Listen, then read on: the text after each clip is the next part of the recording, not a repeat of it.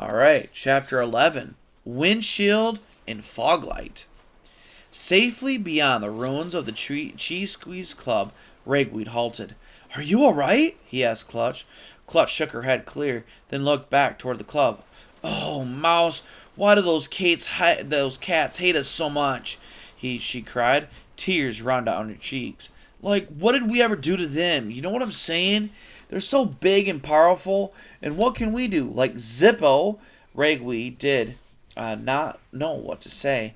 Taking a deep breath, Clutch wiped away tears. Hey, dude, you were something else, man. You saved my life. I mean, you were like totally awesome.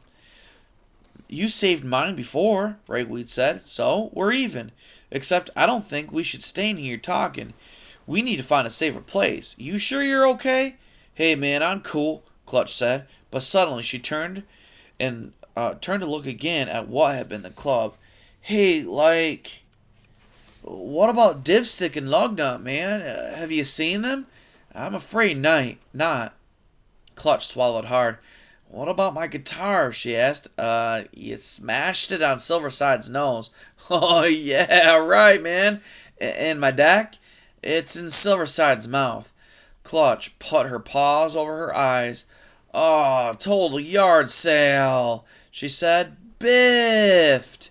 Ragweed touched Clutch's shoulder gently. Dude, he said tentatively, you did the best you could.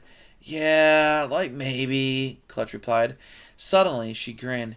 Hey, was that some kind of killer music or what, man? Right on the cat's nose leather? Just as quickly as she became grim again. Do you think my bud's got, like, planted deep? I don't know. Oh, Mouse, the Cheese Squeeze Club was one cool place, man. You know what I'm saying? Maybe I should go back and check on my buds. Clutch, Ragweed urged. Like, don't you think we'd be safer somewhere else? Safe? Yeah, right, man. We better haul. Follow me. As the two mice scurried along the sidewalk, Ragweed noticed that they were not going back the way they had come. Aren't we going the wrong way? He asked. Not really. Like, it might not be safe to go back to my pad right now. Can't tell. Maybe Silverside knows where it's at. That's where she chased you. You know what I mean? To live around here, dude, you have to be street savvy. Street savvy? Like, keep your mind to the bend and your feet to the beat. You know what I'm saying? I think so.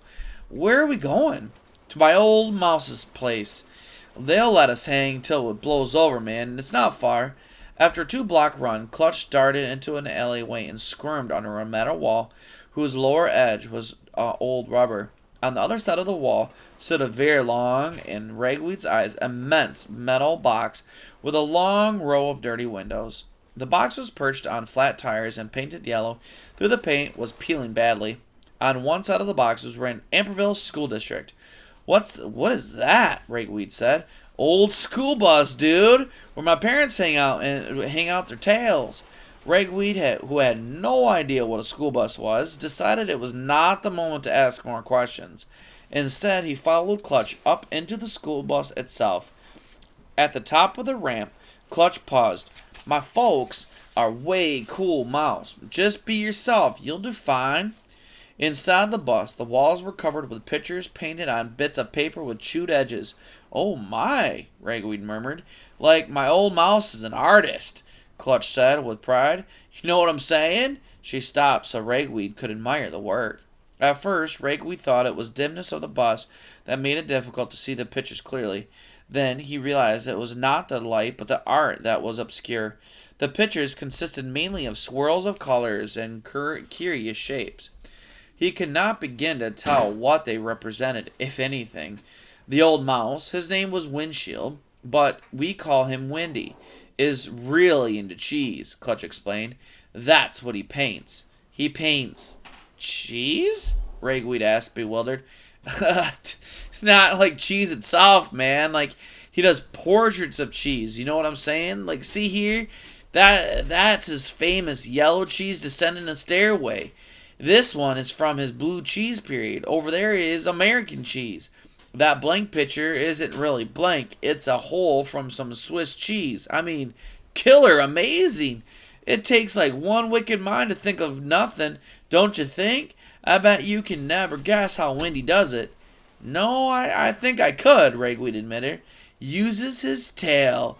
Like, he may be my old mouse, Clutch said with pride, but the guy's an awesome genius. Does your mother paint too? Ragweed asked. Foglight? Clutch said. Nah, she's a poet. She's writing a mouse epic. Calls it Cheese of Grass. Going to be a killer. Sweet, man. Word wipeout time. Been working on it for weeks. Should be done any sec now. But hey, dude, let me introduce you to him. They passed down the center of the bus between rows of broken seats. Pictures hung everywhere. Some Ragweed saw at a glance were cheese paintings and presumably had been painted by Clutch's father. But there were other paintings, portraits of mice, landscapes, visions of human nests, streets. There were also twisted objects of all kinds. Ragweed was reminded of the pile of junk in which he had hidden it by the railroad. My folks have a lot of artist friends, Clutch whispered by the way of explanation. They can't sell what they make, so they swap stuff. Hey, Wendy, Foggy, what's up? Clutch called. At the front of the old bus were two mice. The large one, Ragweed guessed, was Clutch's father. The one called Windshield was quite portly. His scruffy fur was gray-brown like his daughter's, but so dabbed with color he looked like a spotted creature. All around him was an array of bottle caps, each filled with paint on a different color. At the tip of his tail, he was in the middle of painting a picture that was quite green. Ragweed noticed it was the same color as the top of Clutch's head. The other mouse, who was small and wiry, was bending intently over the work she was composing on paper, chewing a writing stick. Though Clutch called it a greeting, she seemed not to have heard. Not so with Clutch's father. He looked around. Clutch? He rumbled in a low voice as Ragweed had ever heard. What a magnificent surprise! He bounded forward and gave his daughter an enthusiastic nuzzle, which she returned with equal fervor. Hey, Wendy, Clutch said. This is my new bud, Ragweed. He just blew into town and like he already saved my life. Saved your life? The fat mouse cried, eyes sparkling with interest. Sir, he exclaimed, I should like to shake your paw. He did so with great vigor and enthusiasm. It is clear, young mouse, you subscribe to the same philosophy as I do, the world of big gestures, action, commitment. He clung to Ragweed's paw, continuing to shake it. I'm delighted to meet you. No, correction, thrilled to meet you. Welcome to the family, he went on, and all the while pumping Ragweed's paw. Oh, well, thank you, Ragweed said mildly. Did you hear, Foggy? Windshield cried, turning towards his wife. This delightful young mouse saved our daughter's life. That's nice, Clutch's mother said. Be finished in 2 secs. Though she seemed to mean it, she was too intent upon her work to break off. Not so Windshield. Come on over here, you two. Great to see you, Clutch. Love your hair, you know, he said, suddenly halting and rising up on his hind legs as if giving a sermon. When a stranger saves the life of another stranger, it seems to me that we have reached a major turning point. It means mice are beginning to take care of mice. It's a trend, he cried with great sweeping motion of one paw. What has happened will affect other mice. They will affect yet others. The movement will spread and the whole world of mice will change. It's a revolution. Wendy, Clutch said, can we get something to eat? Oh, yeah, of course, Windshield said good-naturedly. Foggy, he called to his wife, care to join us? Yeah, just 2 secs. Foglight mumbled again without even looking up. My wife, Windshield explained to Ragweed with pride, is a wonderful writer. Do you know how you can tell a professional writer from just an amateur? No. An amateur worries about the work before starting. A professional worries about the work when finished.